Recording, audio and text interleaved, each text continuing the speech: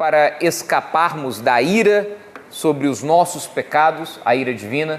Cremos que precisamos ter fé, precisamos nos arrepender e cremos também que Ele nos oferece um uso de meios, né? Como por exemplo a celebração da ceia, né? O batismo, a comunhão na igreja, né? A oração, a leitura da Bíblia. Esses são bênçãos que Deus nos comunica, né? Através destes meios.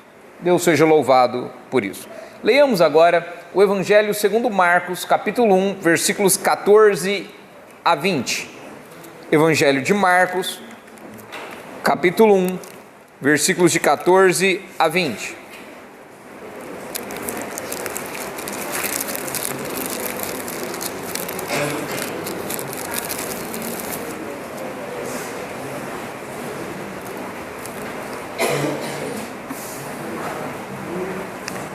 Embora o texto esteja sendo projetado, é importante que a igreja mantenha a sua Bíblia aberta, para que você confira se aquilo que está sendo ensinado está de acordo com o texto escrito.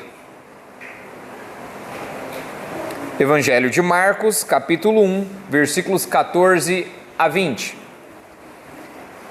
Diz assim: Depois de João ter sido preso, foi Jesus para a Galiléia, pregando o Evangelho de Deus, dizendo: O tempo está cumprido e o reino de Deus está próximo. Arrependei-vos e crede no Evangelho. Caminhando junto ao mar da Galiléia, viu os irmãos Simão e André, que lançavam a rede ao mar, porque eram pescadores. Disse-lhes Jesus: Vinde após mim, e eu vos farei pescadores de homens. Então eles deixaram imediatamente as redes e o seguiram. Pouco mais adiante viu Tiago, filho de Zebedeu, e João, seu irmão, que estavam no barco consertando as redes, e logo os chamou. Deixando eles no barco a seu pai Zebedeu com os empregados, seguiram após Jesus.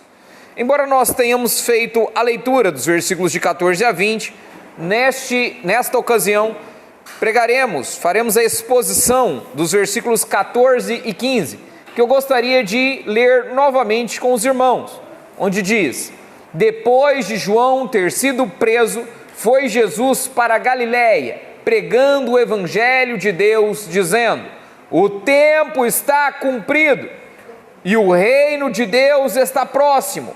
Arrependei-vos e crede no Evangelho.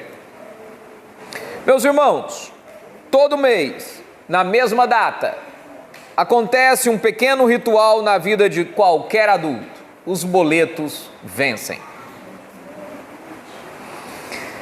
Não perguntam se você está pronto, não perguntam se você já recebeu, eles não esperam você receber. Eles não levam em conta se o seu mês foi fácil ou difícil. Eles simplesmente chegam. É tão difícil porque quando chega o dia do vencimento, não adianta você querer adiar. O sistema bancário não aceita justificativas emocionais. A fatura não pergunta para você se você vai conseguir ou não. O boleto não quer saber se você está cansado. Ele chega no dia exato para o qual foi programado. E naquele momento você sabe: o tempo se cumpriu. Posso até não estar pronto, mas o vencimento chegou.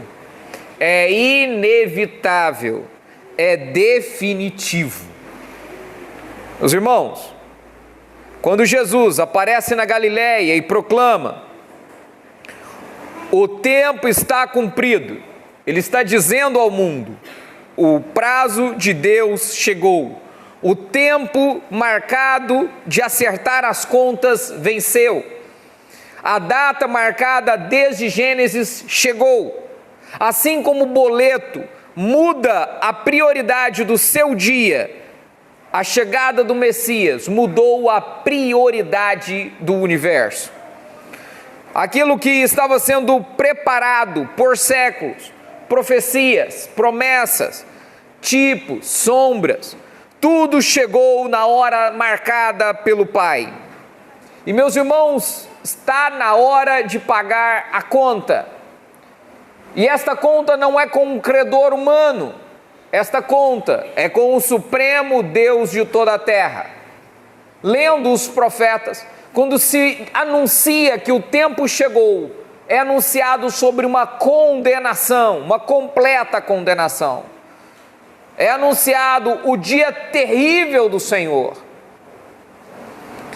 E meus irmãos, mesmo que a humanidade não esteja pronta, o reino já está entre nós. E eu pergunto, o que você fará? Marcos, para expor justamente como ele estava enfrentando, para expor justamente a chegada do reino, ele conta a respeito de Jesus Cristo pregando. E eu gostaria de que você veja o contexto do Evangelho. Do versículo 1 até o versículo de número 13, Marcos está contando justamente a respeito do ambiente em que Jesus chega para pregar. E aqui ele diz, depois de João ter sido preso, observe que temos aqui uma perseguição. João foi preso. Essa perseguição contra o povo de Deus existe desde que Adão e Eva pecaram. A Judéia, o local onde João Batista estava pregando, era onde estava a elite. E esses rejeitaram João Batista. Os sacerdotes, os fariseus, os saduceus, os homens, os mestres da lei, rejeitaram João Batista. Rejeitaram inclusive a sua mensagem. E por isso foi preso. Por isso não houve manifestações nas ruas pedindo a sua soltura. João Batista foi preso e a população não se movimentou para isso, para ir contra esse fato. Mas observe o que acontece logo em seguida. Depois de João ter sido preso, foi Jesus para a Galileia. João Batista foi preso na região sul e Jesus vai para a região norte. Ele vai para a região da Galileia. Preste atenção, meus irmãos. Quem rejeita o Evangelho também é rejeitado. As bênçãos não iriam para a Judéia. Jesus, o Filho de Deus, foi para a Galileia, não foi para a Judéia. A Judéia rejeitou João Batista e a sua mensagem. Por isso também rejeitaram a Jesus Cristo. Por isso Jesus foi para a Galileia. Aqui também entendemos, e eu gostaria de esclarecer uma rápida cronologia, um rápido período, para se compreender o que acontece. Logo o sermão anterior, quando nós vimos sobre a tentação de Jesus, descritos nos versículos 12 e 13, até aqui, no versículo 14, quando João é preso e Jesus vai para a Galileia. Para se ter uma noção, Marcos não queria traçar uma cronologia exata sobre Jesus Cristo. Ele queria anunciar o maior feito de Jesus, que era a sua morte na cruz. Então, para anunciar isso, o que Marcos fez? Ele vai contar a primeira atitude de Jesus de forma pública. Nós vimos o batismo de Jesus, mas esse aconteceu sem chamar a atenção das pessoas. Jesus foi tentado no deserto, onde não havia ninguém para assistir. Mas a sua primeira atitude pública foi justamente pregar. Mas o que aconteceu nesse período? Para que a igreja tenha uma consciência do que aconteceu, é importante lembrar que após a tentação, Jesus volta para o Rio Jordão, onde João estava fazendo batismos. E ali ele encontra dois discípulos de João Batista, João e André. Esses começam a seguir Jesus, mas não era eles não estavam seguindo de forma definitiva. Eles estavam acompanhando Jesus. Logo depois, cada um deles chamou o seu irmão. André chama Pedro, chama Simão, a quem é dado o nome de Pedro. E Tiago e João chama a Tiago, seu irmão. Além destes, também nos é descrito no capítulo 1 de João que Filipe é chamado por Jesus Cristo. E Filipe chama Natanael. Nós temos agora 6 dos discípulos. Depois disso, Jesus sai da região da Judéia e sobe para Galiléia porque ele tinha um casamento para comparecer. Provavelmente esses 6 discípulos estão junto com Jesus. E ali nesse casamento, para evitar um constrangimento terrível, Jesus faz um milagre, transformando água em vinho. Depois disso, ele vai para a capital, para o centro daquela região, chamada Cafarnaum, onde ali ele prega o evangelho discretamente, principalmente com os seus discípulos. Ele fica pouco tempo ali. E como era período de Páscoa, ele volta para a Judéia. Chegando na Judéia, ele purifica o templo, ele expulsa os vendilhões do templo.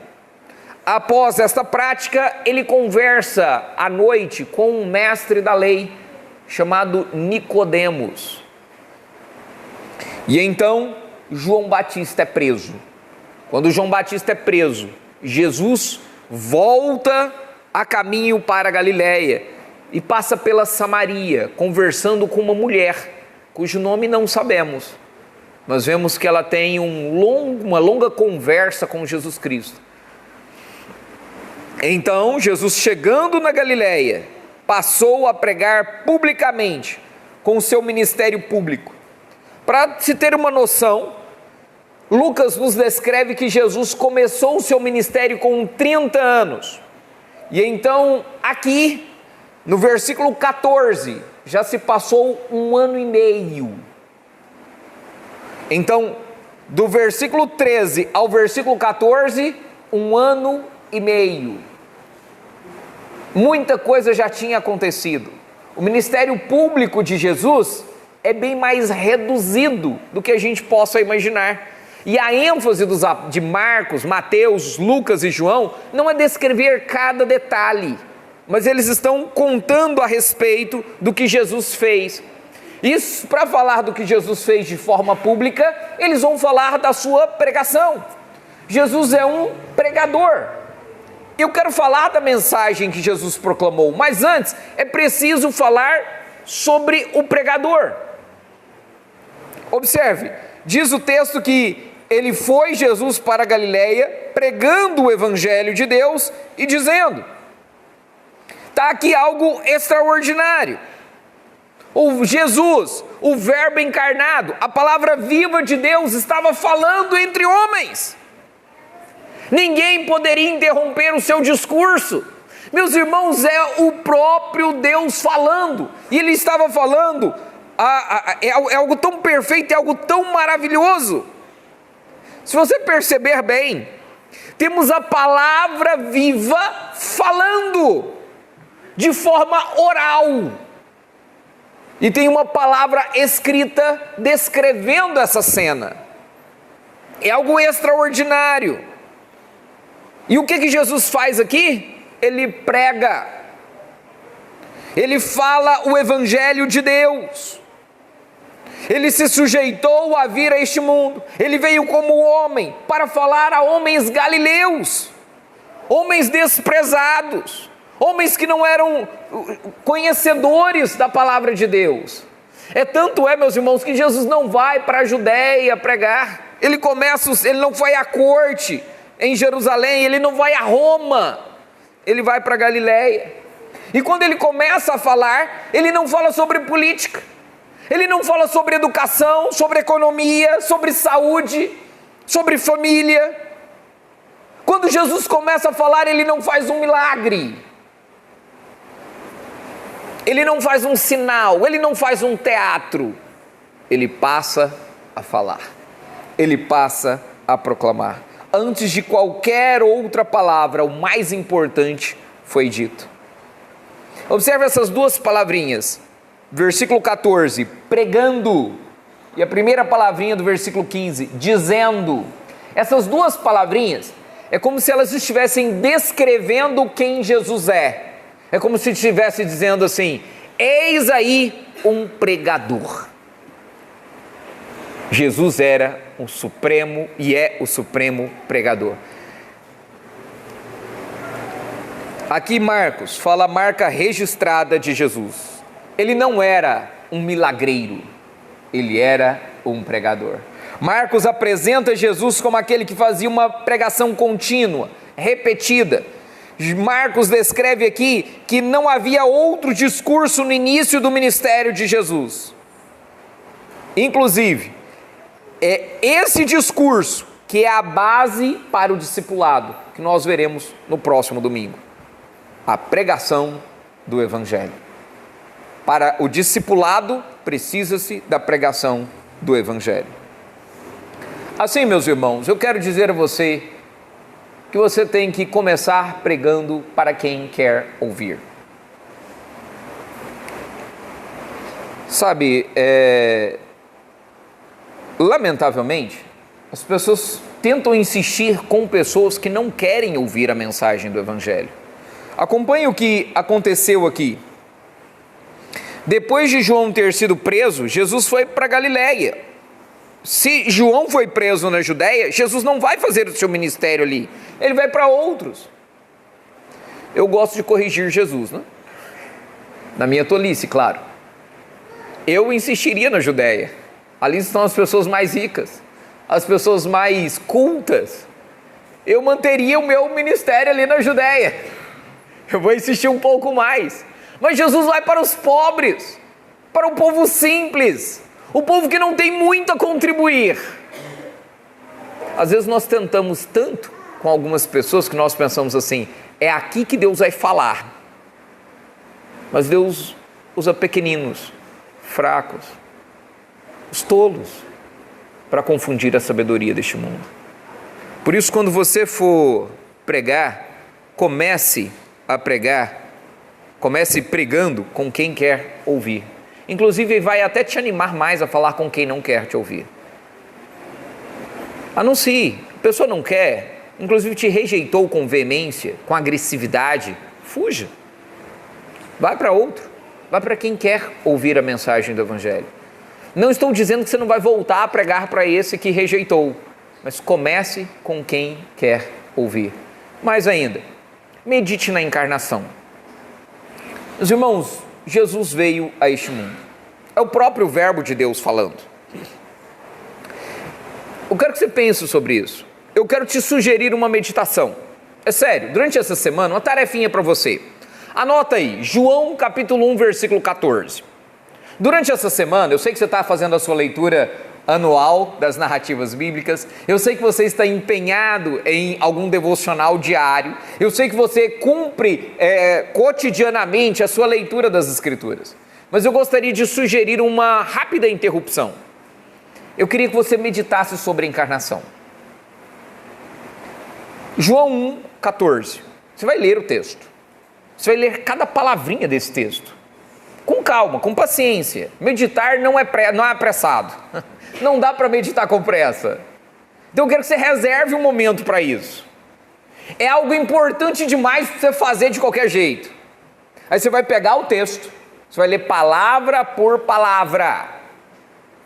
Não é o verso inteiro de uma vez. Leia cada uma das palavras. E então você vai fazer uma análise desse versículo e vai dizer assim: meu Deus, por que o Senhor fez isso? Pergunte para o texto: o que o Senhor fez? Veja o mistério e o amor de Deus na encarnação de Jesus Cristo, nosso Senhor. Meus irmãos, é o fato mais impressionante da história da humanidade. Deus veio em carne humana.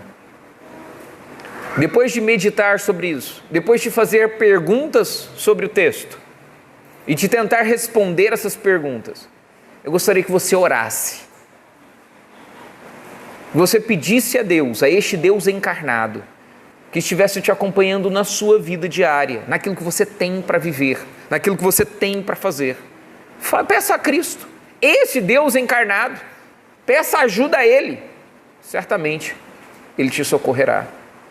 Certamente, a meditação de ter parado e prestado atenção nas suas palavras auxiliará você no seu trabalho, nas suas responsabilidades, para que você faça, inclusive, de forma mais diligente. Mas eu quero ainda falar sobre a prioridade da igreja. Qual é a prioridade da igreja? Qual é a primeira coisa que tem que acontecer? Meus irmãos, a primeira coisa que a igreja tem que fazer é pregar o evangelho. Tudo mais é secundário. Escuta de novo. Todas as programações dessa igreja têm que ter como prioridade a pregação do evangelho. Se a pregação do evangelho é prioridade, então nós podemos partir para outras programações. A proclamação do evangelho, a mensagem. Que evangelho é esse, pastor? Nós vamos falar logo em seguida. Mas eu quero que você tenha isso como prioridade. Tudo mais é secundário. Viver este evangelho, conhecer e viver este evangelho é prioridade da igreja. Foi a prioridade do ministério de Jesus. Nós devemos fazer de igual modo. Se esta não for a prioridade, a igreja não estará caminhando corretamente. É importante também que você ouça a mensagem do evangelho. O que é o evangelho? A mensagem do evangelho, inclusive, começa em um período histórico. Observe, ele diz o texto, que Jesus diz assim: o tempo está cumprido. Ou seja, tem um tempo aqui. Jesus existiu, existem incontáveis provas sobre isso. Nós não cremos em algo místico, nós cremos em algo real, em algo que de fato aconteceu. Jesus veio e veio no tempo certo. Não apenas o mundo foi preparado para esta ocasião com um idioma universal, com boas estradas, com a paz entre as nações para facilitar a disseminação do evangelho. Mais ainda, era o tempo escolhido por Deus, e Deus não tarda. Tem aquele ditado, né? Deus tarda, mas não falha. Não, isso não é verdade. Deus não tarda. No tempo certo veio o dilúvio. No tempo oportuno, Sara teve um filho. Israel saiu do Egito na noite prometida. O exílio para a Babilônia ocorreu conforme Deus tinha julgado. Durou 70 anos conforme a profecia. Jesus veio na plenitude do tempo, nascido de mulher, nascido sobre a lei. E esse momento é tão importante que dividiu a história da humanidade. Nós falamos antes de Cristo e depois de Cristo. O cumprimento de todas as profecias, a chegada tão aguardada desde Adão e Eva, isso aconteceu, isso foi realizado. Jesus Cristo veio a este mundo. Mas também o texto nos fala sobre um lugar. Observe, o texto diz: o tempo está cumprido e o reino de Deus está próximo. Essa palavra próximo quer dizer perto, ou ainda, junto. Então eu poderia dizer aqui: o tempo está cumprido e o reino de Deus está perto de nós, o reino de Deus está junto de nós, o reino de Deus está no nosso meio, ele já começou, ele já chegou. O reino tem um território, mas não é delimitado por limites geográficos. Esse terreno ocupa o coração dos homens espalhados por toda a terra. O reino tem uma lei, não se trata de um código de leis confuso e que atrapalha, mas é uma lei perfeita, gravada no coração de seus habitantes. Esse reino tem habitantes, tem um povo que estava perdido, mas foram comprados para serem tirados do reino das trevas para o reino do Filho do amor de Deus. Esse reino tem um rei aguardado, um rei vitorioso, um rei que protege o povo, um rei que é o próprio Deus. Esse rei veio a este mundo para resgatar você do pecado. Ele veio no tempo certo. Ele não veio para servir, ele não veio para ser servido, mas para servir e dar a sua vida em resgate por muitos. Este rei era perfeito, mas os homens o condenaram à morte.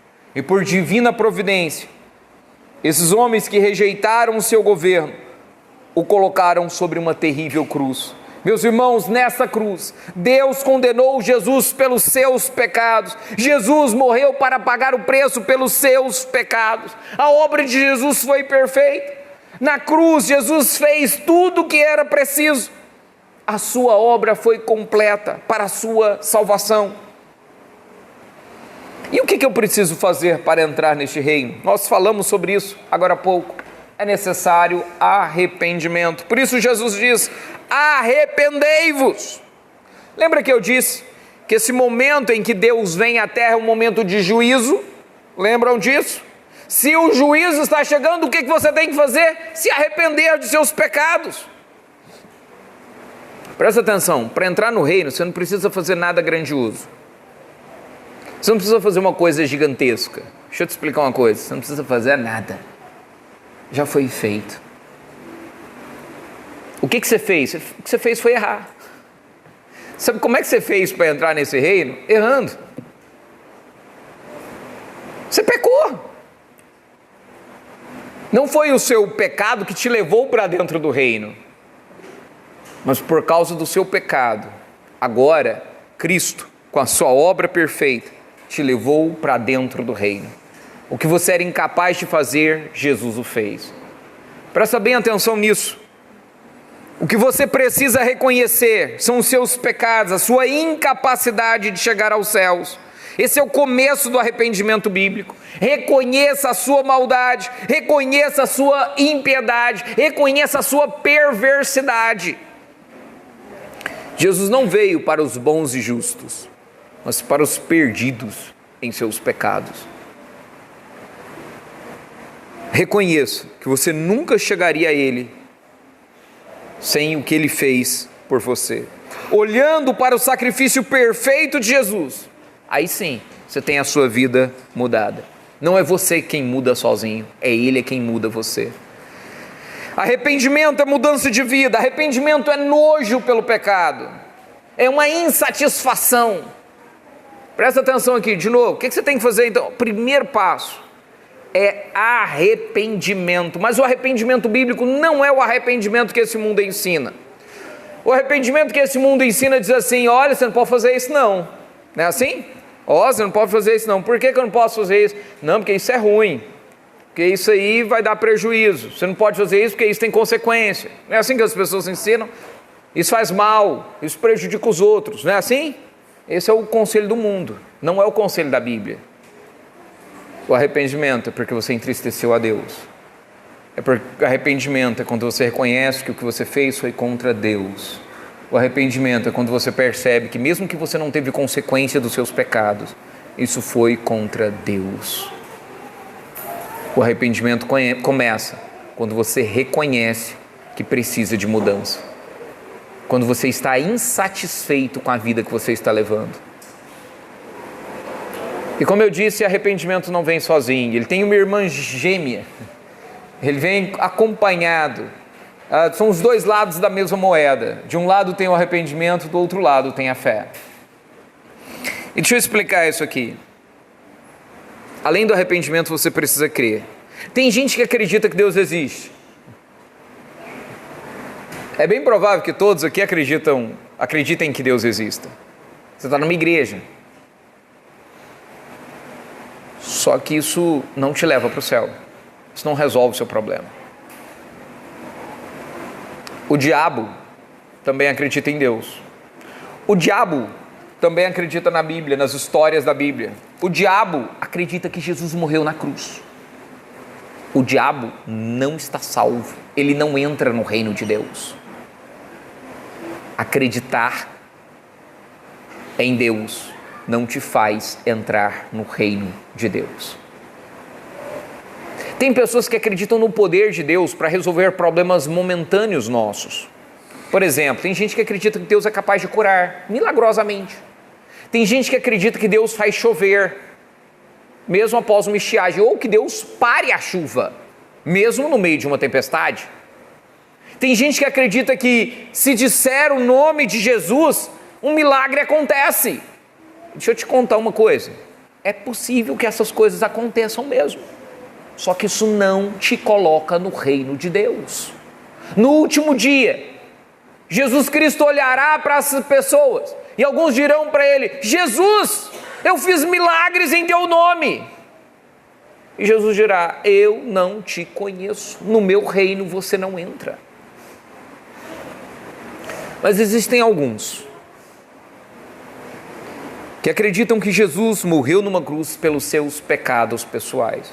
Alguns que têm nojo do próprio pecado e buscou em Cristo o perdão de seus pecados. Aquele que acredita que Jesus Cristo morreu numa cruz e perdoou tudo que você fez de errado, estes têm suas vidas transformadas. Estes recebem o perdão de pecados e são chamados de filhos de Deus. Estes entram no reino de Deus. Desse modo, eu quero dizer aos irmãos: o tempo está cumprido. Quem escreve a história é Deus, não você. O seu futuro, inclusive, não depende do caos político do nosso país. O seu futuro não depende da economia deste país.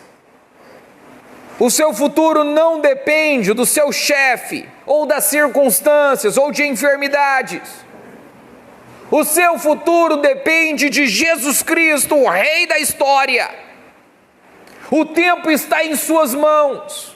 Por isso confie no Rei da história, que governa de forma soberana sobre todas as coisas.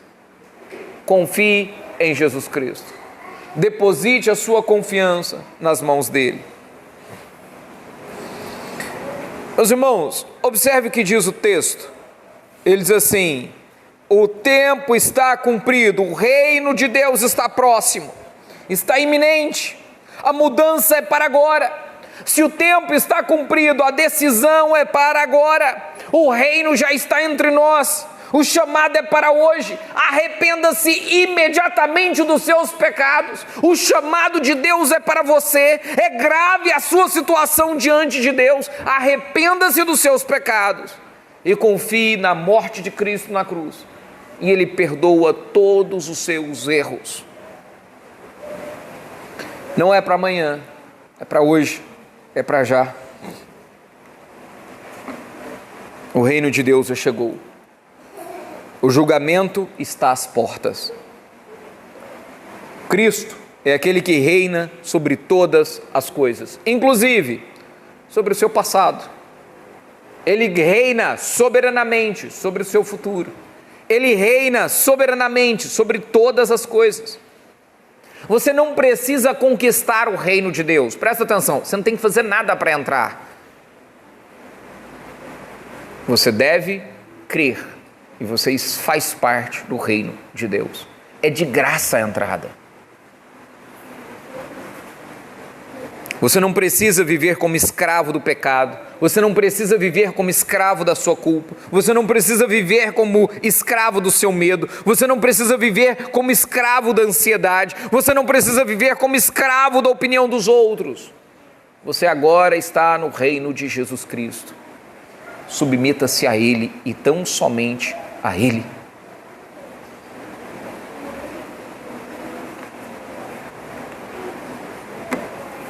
A mensagem de Jesus Cristo é: arrependa-se.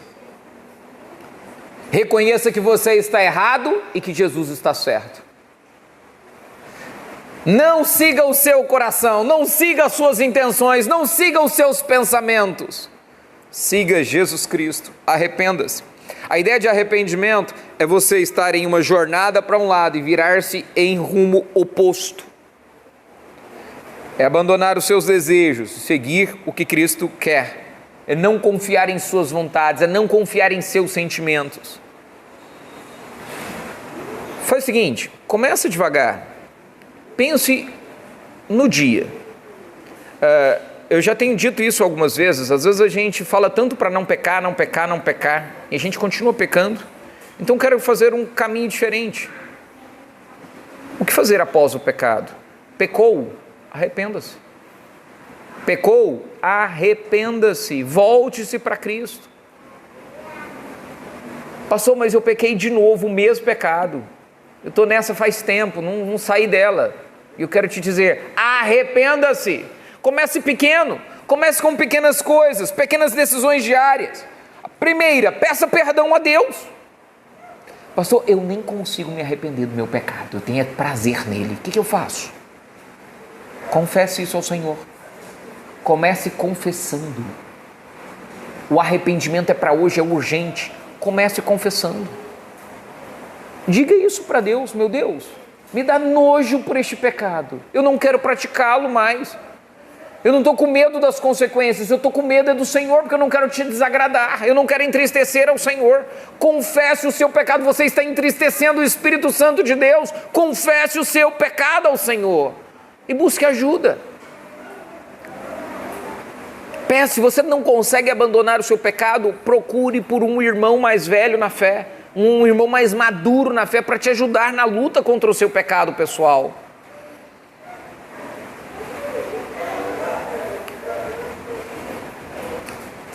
Os irmãos, eu quero te perguntar, você de fato crê que Jesus morreu no seu lugar? Eu preciso só te fazer essa pergunta, porque é uma historinha bonita. Jesus foi lá, morreu, pagou o preço pelos seus pecados. Você acredita mesmo nisso?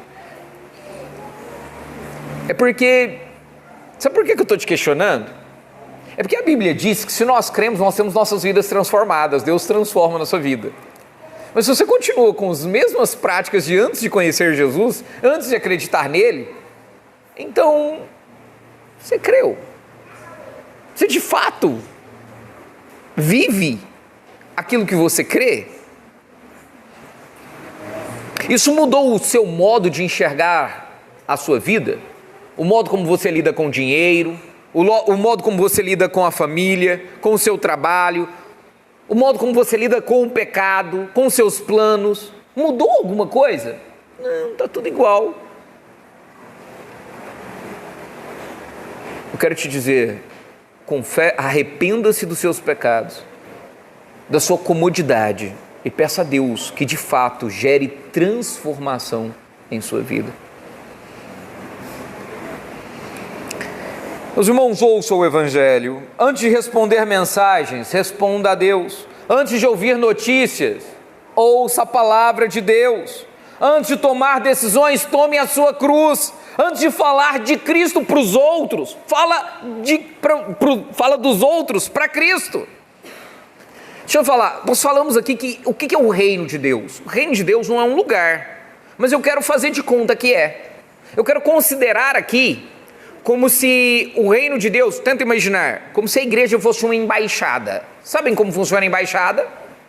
É um território de outro país dentro de um país. Vamos imaginar, como é que funciona a embaixada, por exemplo, dos Estados Unidos aqui no Brasil? Eles têm uma casa aqui, um território. Quando você entra nessa embaixada, é como se você estivesse num outro país. Olha só. Então vamos imaginar que este mundo é o reino das trevas. E a igreja do Senhor é como uma embaixada do céu aqui. As pessoas que estão neste mundo precisam entrar. Nós precisamos anunciar o evangelho do reino. Dizer para eles: arrependa-se do seu pecado e creia que você faz parte do reino de Deus. Então a pessoa vem e ela pergunta: o que eu preciso fazer para entrar? O que você precisa fazer para entrar no território dos Estados Unidos? Você precisa ter visto, precisa ter um monte de pré-requisitos. O que você precisa fazer para entrar no reino de Deus? Você precisa reconhecer que você é pecador e que Jesus morreu numa cruz e levou todos os seus pecados por você. Se você crer nisso, você entra no reino de Deus. Ainda estamos numa embaixada, ainda não chegamos na terra prometida, os céus ainda não estão nesta terra, nós ainda não estamos nos céus, mas aqui já é terreno do Senhor, já fazemos parte e você pode experimentar sobre isso. Existe uma forma de mostrar que você faz parte deste reino. Os textos anteriores nós falamos de João Batista. E João Batista foi aquele que passou a pregar batismo de arrependimento. E o batismo dele era para as pessoas que já eram judeus, as pessoas judias, agora precisavam se reconhecer pecadores e serem batizados. Jesus propõe um novo batismo, como nós aprendemos. A Bíblia nos ensina sobre um outro batismo, um batismo em que nós reconhecemos os nossos pecados, reconhecemos o sacrifício de Jesus por nós e nós somos batizados. É como se você ganhasse o visto É como se você ganhasse, você pode entrar, é oficial. Tente imaginar assim, é claro, o batismo não salva, mas é algo público, é algo para você proclamar aos outros aquilo que você acredite. É como se você dissesse para todos: eu me arrependo e creio no Evangelho. E deixa eu dizer uma coisa para você: se você ainda não se batizou, procure o batismo. Proclame publicamente a sua fé. Anuncie aquilo que você acredita. Diga, faça a sua profissão de fé. Aqueles que são batizados na infância precisam fazer a sua pública profissão de fé. Precisam anunciar aquilo que acreditam publicamente. Precisam se arrepender de seus pecados publicamente. Faça isso. É uma bênção. De novo, o batismo não salva, ele não te põe dentro do reino. Mas é como se você estivesse anunciando o que Deus fez em seu coração. Você foi purificado e perdoado de seus pecados. E a água do batismo representa justamente isso. Eu gostaria de orar com a igreja, justamente pedindo por esse arrependimento, pedindo a Deus que nos aumente a nossa fé, que nos faça desenvolver a fé que Ele nos deu. Feche os olhos, curva sua cabeça, falemos com o Senhor nosso Deus.